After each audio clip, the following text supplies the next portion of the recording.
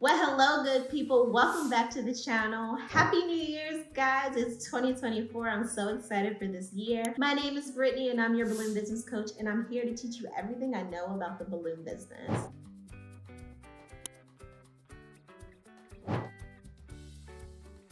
I am here to share gems as if you guys are my family, aka my cousins. I want to let you guys know that I have a new website. It's balloonbusinesscoach.com. There you'll find the Balloon Business Booster Kit, which incorporates everything that I wish I had when I first started in the balloon industry. So head over there today. Thank you guys so much for all your support. It's been a freaking amazing. I'm sorry I haven't been making as many YouTube videos lately. I've been on Instagram. Head over there for some tips and tricks. Now let's get to this video. Today I want to talk to you guys about a 50th anniversary that I recently did. So I want to walk you guys how everything came to be with this event, the total for this event, and then go over some details that may benefit you when you might have to do similar decorations or any event that you're doing. So let's get to it. This event was a 50th anniversary for a client that I've actually worked with in the past. This is a private client that has personal assistants that actually coordinate their events for them. Now, my girl, the personal assistant, she's like my girl now, but she's actually my client. She's literally amazing at event planning, but she doesn't consider herself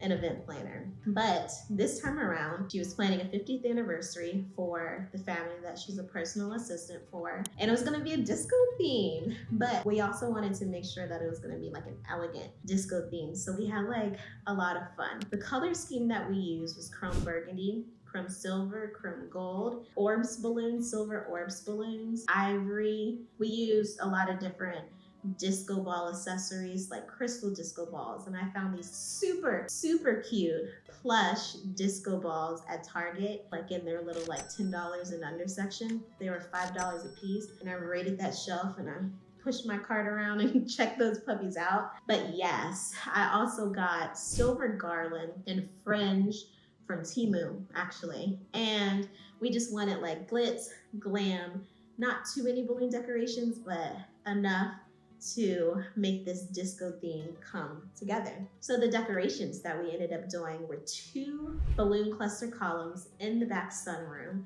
So the purpose of those was just to bring some type of decoration into that back sunroom. It had a variety of size balloons in it. I incorporated the disco balls into the decorations and also the silver fringe. And I was super excited with how those puppies turned out. Just to give you guys some information, the way that I incorporated the heavy crystal balls and the plush disco balls into the balloon decorations was I used a clear 160Q. And I tied the disco balls into the balloon decorations using the 160Q. Fortunately, my crystal disco balls were like ornaments, so they had a little string hanging from them. So I would cluster them together and then run the 160Q through all of the loops and tie that puppy, and then do the same on the opposite end of that same 160Q. And it gave me like a really cute like clustered disco ball look that I was super happy with. Same with the plush disco balls. I tied 160Q to the tags that were on the plush balls, and I wrapped the 160Q into the garland to pull it tight. Super duper happy with those. I also used disco ball balloons, which you can get from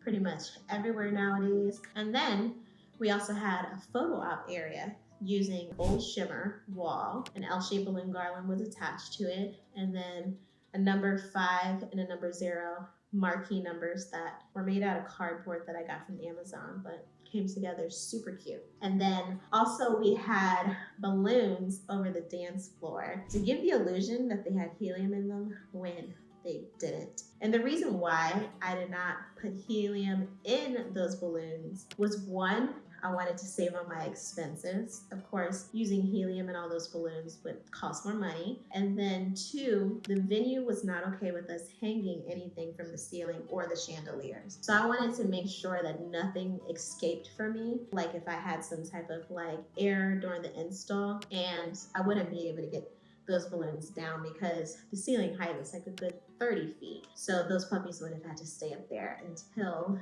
they seat. Considering that the venue was not okay with us hanging anything from the ceiling, how would we be able to get the illusion of balloons over the dance floor with helium in them when we can't hang anything from the ceiling? So the client was like, hey, Brittany, I'm gonna get like 14-foot drapery and they're gonna have poles and then the fabric is gonna hang from the poles. So she was like, how about you take fishing line string and run it across the ballroom? So I was like, okay, sure. I had never done this before. This was my first time ever doing something like that. So I found fishing line string that's good enough for like pulling in sharks out of the ocean. Really strong fishing line string. And then what I did was I found these little sticks online. Typically these are used for like kids' birthday parties, right? I practiced at home first. So I took a balloon, stuck it on top, and then I got these bobs from Walmart, like the bobs that people use on their fishing line string. So I got these little silver weights, stuck it to the bottom of my stick, taped it on with silver tape. And then what I did at home was I took fishing line string and tied it to each side of my little circle of my stick, and then I attached it to my doorknobs. And the reason why I had the weight at the bottom was I wanted to ensure, like, if you have a big 31-inch balloon at the top, it's gonna bob around, right? Like, that's where the weight is. All of the weight's gonna be at the top, so it's not gonna look good. It's not gonna give the illusion of balloons floating with helium in them. I took my fringe and I took my silver garlands and I taped it to my stick, and then that is how I ended up doing the floating balloon look over the dance floor. And I was so happy with the way that it turned out. Like maybe where we needed to attach it to, like there was no opening.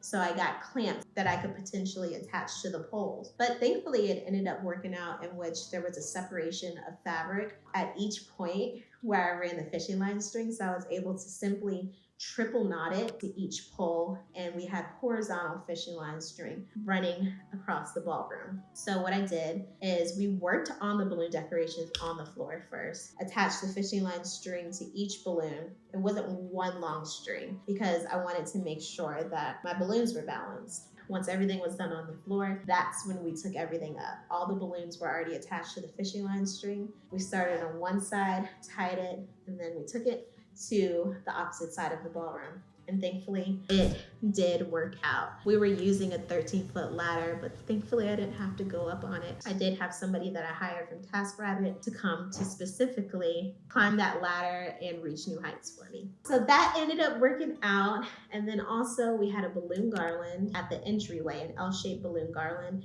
and then 2 small balloon bouquets that we snuck in another room where the food buffet was. So this was my first time using that 5-inch rope look, where people tie all the 5-inch clusters together and it has like that long rope. I made sure to incorporate the disco theme and the disco balls into that balloon garland as well. And thankfully, when the client came, she loved it. Like, no complaints, and I was so thankful. The total for this event was $5,996, including delivery, setup, and takedown. So let's talk about my delivery and setup as well as takedown. When we went to set up on that day of the party, it was 18 degrees. I think it was 17 or 18 degrees here in the DMV. When I tell you it was cold, like my face was in pain from the cold and the wind. The wind was ripping.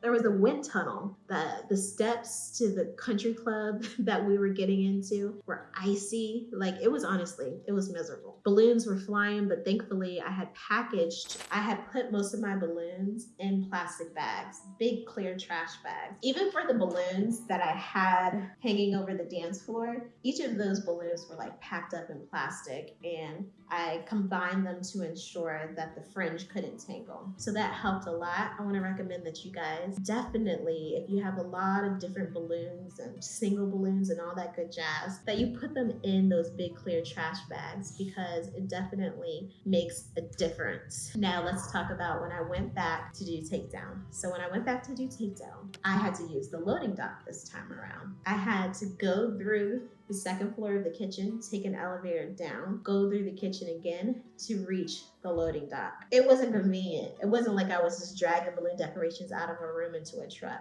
So you want to ensure that when you're doing your events, that you're asking the client, hey, can you tell me more about what setup will look like. Will I have to use an elevator? Will I have to use steps? Same for takedown, so that you can ensure that you're charging a substantial price for the decorations that you're doing. So I hope you guys took a little bit from my experience with this event. It was fun. It was beautiful. I love how the pictures turned out. I'm so happy. I can't wait to see the professional pictures from my client. Guys, stay encouraged. It's possible to have a 6-figure balloon business. And thank you guys so much for coming along with me today. Don't forget to head over to balloonbusinesscoach.com. And thank you guys for your support as always. Until next time, good people.